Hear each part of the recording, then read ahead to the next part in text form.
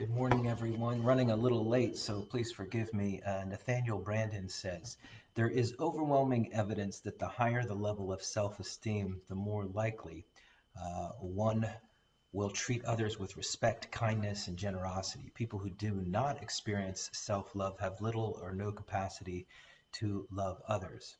Again, there is overwhelming evidence that the higher the level of self esteem, the more likely one will treat others with respect, kindness, and generosity. People who do not experience self love have little or no capacity to love others. And that really a healthy sense of self esteem or self awareness is really.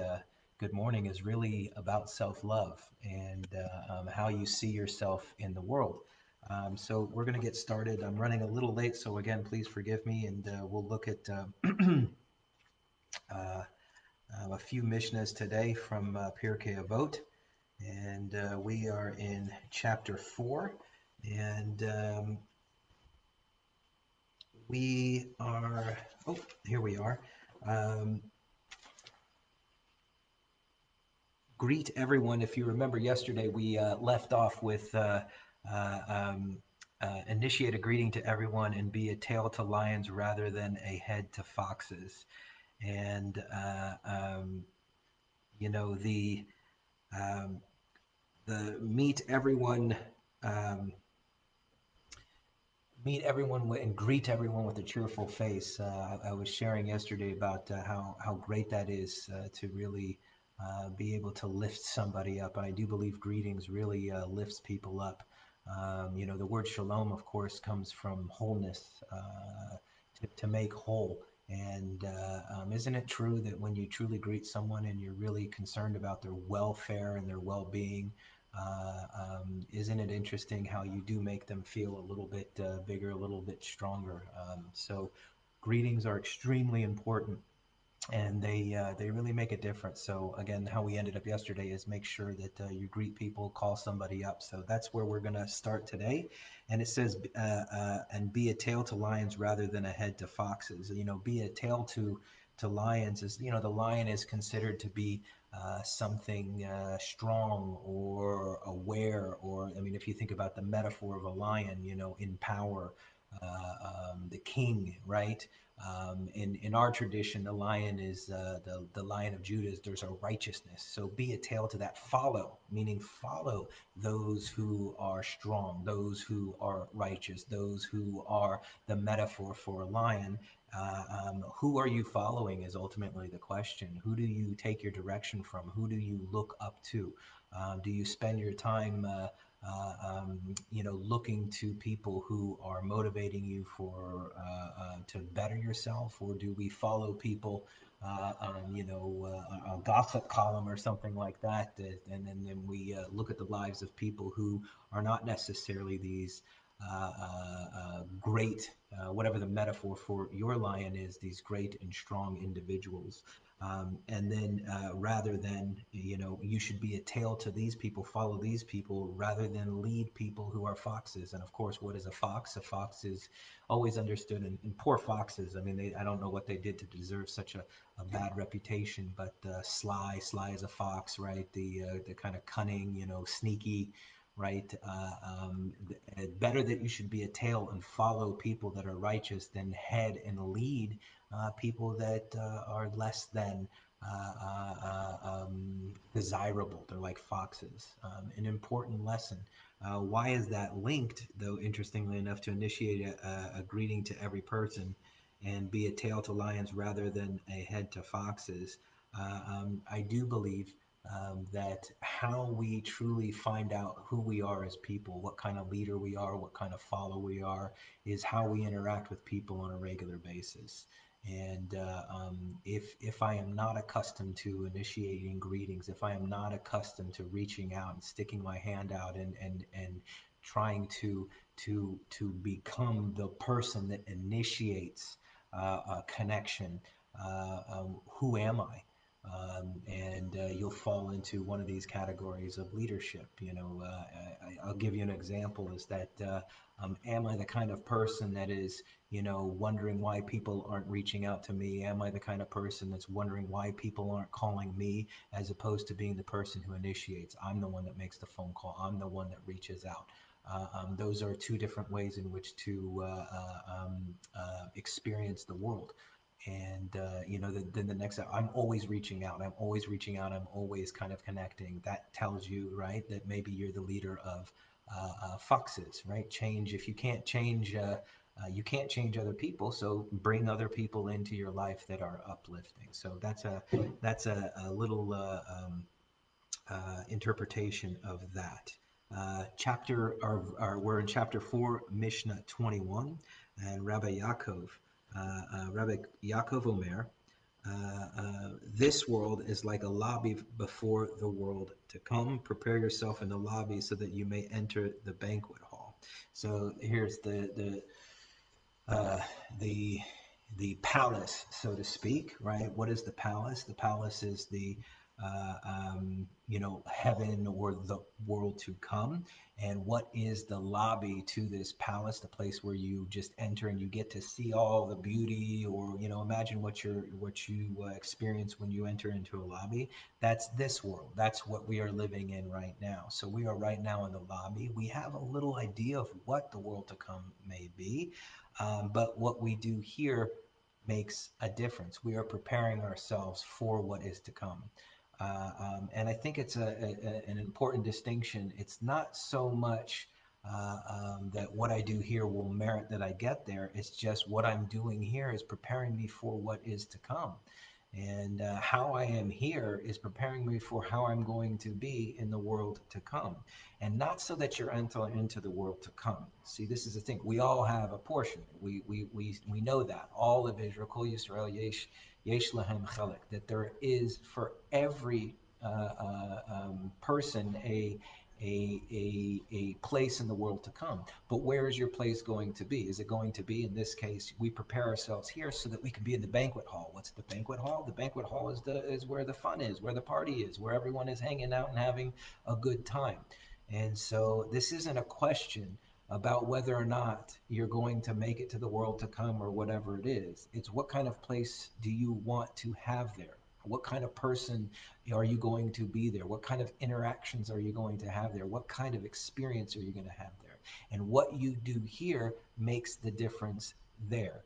And so we are preparing ourselves. And how do we fit ourselves to be of maximum service here? How do we fit ourselves? How do we experience here? How do we live a life here so that we can continue to live a beautiful life, at least in this case, in the world to come?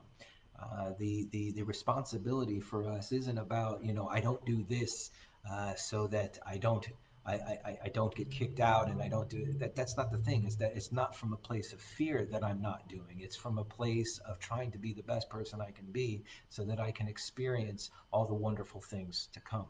And the language we would use today would be really is, how are you fitting yourself to be the best possible human being you can be today, physically, mentally, spiritually?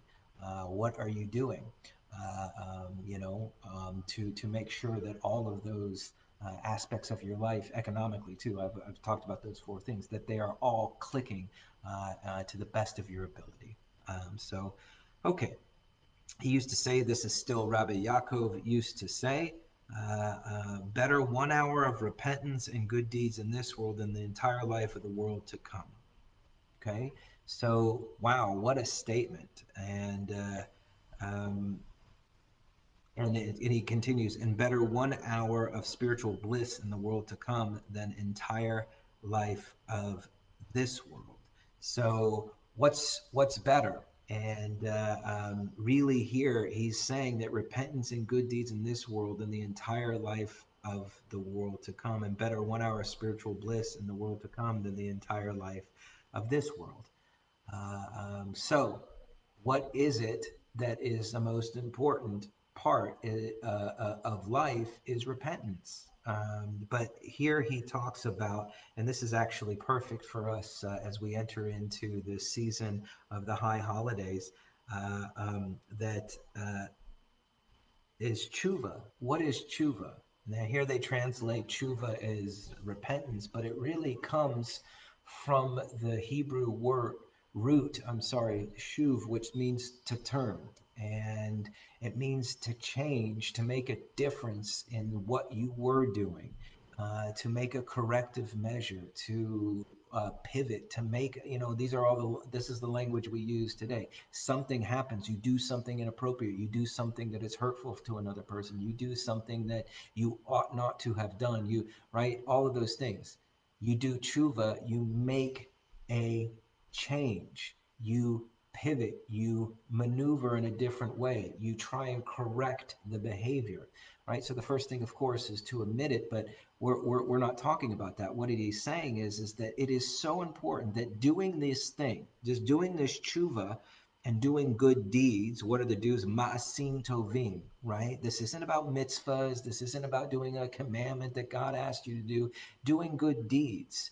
Good meaning a moral deed that is good, meaning that obviously giving charity and being kind and greeting people with a cheerful face, right? Not necessarily things that are commanded, but doing these things that lift other people up, good deeds, doing goodness in the world. Your actions are good. So tshuva, changing your behavior, changing the way in which you did something maybe inappropriately, you realized it, now you're doing something different, you're trying very hard, you're making an effort, you're trying to become a better person, you're acting in a positive way, you're trying to do good deeds, your behaviors are ones in which you are uh, um, adding to the stream of life and lifting people up. That, when we are doing that, an hour a day, that is better than the world to come. Or as he says, uh, um, is better, right? He literally says, yafe, beautiful, just a great 1 hour.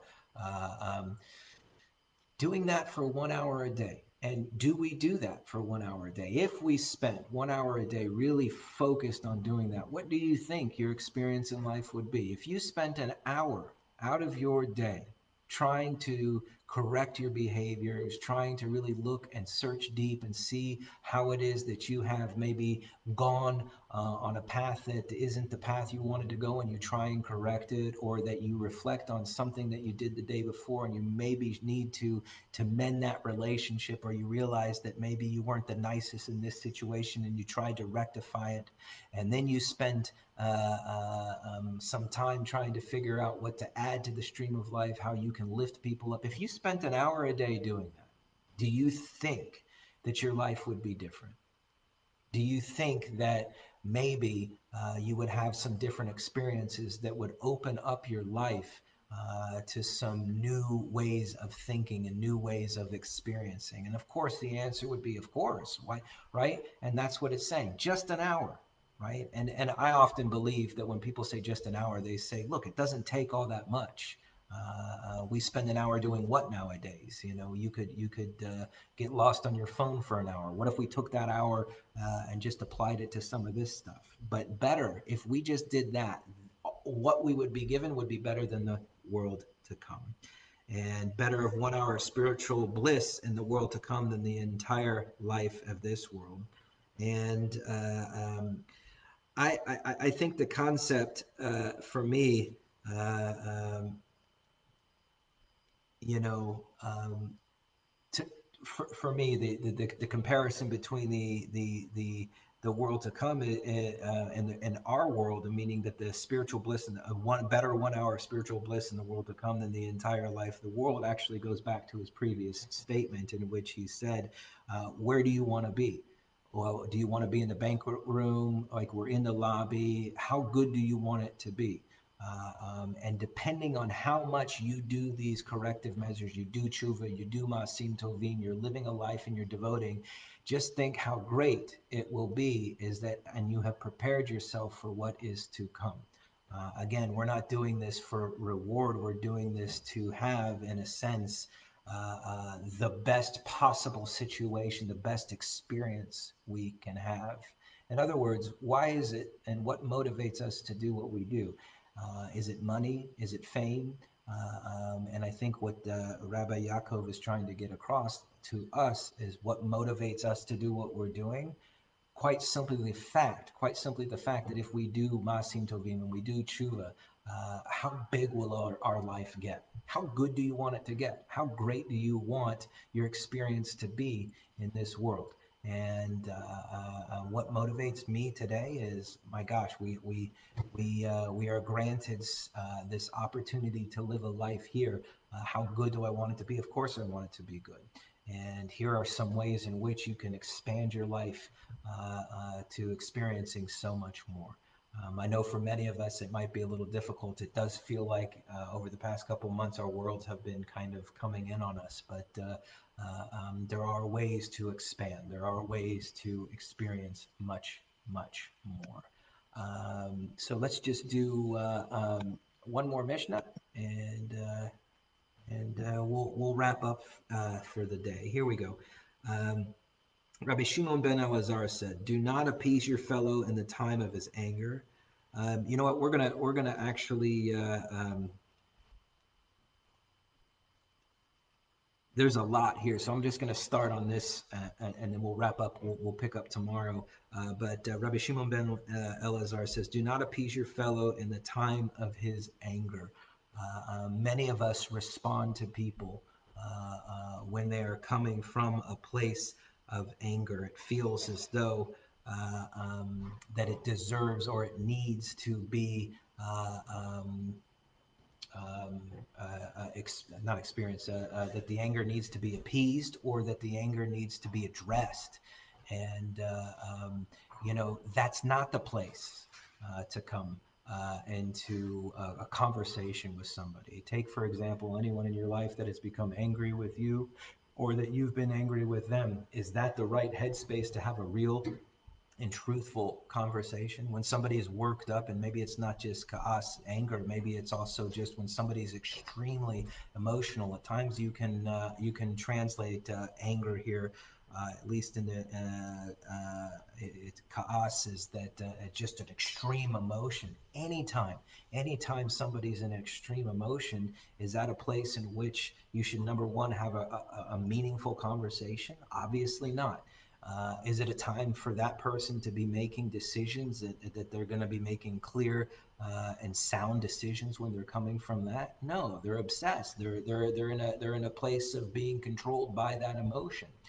Anyone who is in a heightened emotional state, it's very hard to make decisions. I'll give you a financial equivalent to it. You know, anyone that tells you in the market when the market's going up and down and there's great uncertainty and it's volatile, and that's not the time to necessarily make a move because you're coming from an emotional place. If you're coming from an emotional place, we tend to make some very, very poor decisions, and let that kind of calm down, and then you'll have a little bit. And I don't know if it's like this for everyone, but oftentimes when you come down from some kind of emotional experience, there is often a moment of clarity, and it's in that place, a moment of clarity or a moment of peace, a moment of shalom, a moment of being able to really see what is, and that's when we ought to make the decision, and never from a heightened emotional place should we make decisions. Although it seems as though that's the right time to do it, we see this over and over again, spiritually, mentally, physically, economically. We see it even, there's emotions over the past 5 months have been very, very high. And we all know that when people are making decisions based on on an emotional, it can lead to some very, very negative consequences, or more uncertainty. When we make a decision in uncertainty, it can create more uncertainty. And so this is just a great place for us to end, is that do not appease your fellow man in the time of his anger. I think it's implied is that there's not you can't engage. Let the anger subside. You can listen to the person, you can experience the person, you can say, I get the anger, I understand the anger. But if we're truly going to make a decision, if we're truly going to make a next move, it's got to be from a different place. Let us know one thing is that, like emotions, like all experiences, this too shall pass. And any emotion is just that, it's an emotion, it's in motion, and it will ultimately move on. What we're feeling today and what we're experiencing today won't be what we are feeling and experiencing tomorrow, and it's not what we experienced and felt yesterday. That's the nature of it. And so we should always, and we ought to always make decisions when we're in a good spiritual and emotional place. Have a wonderful day.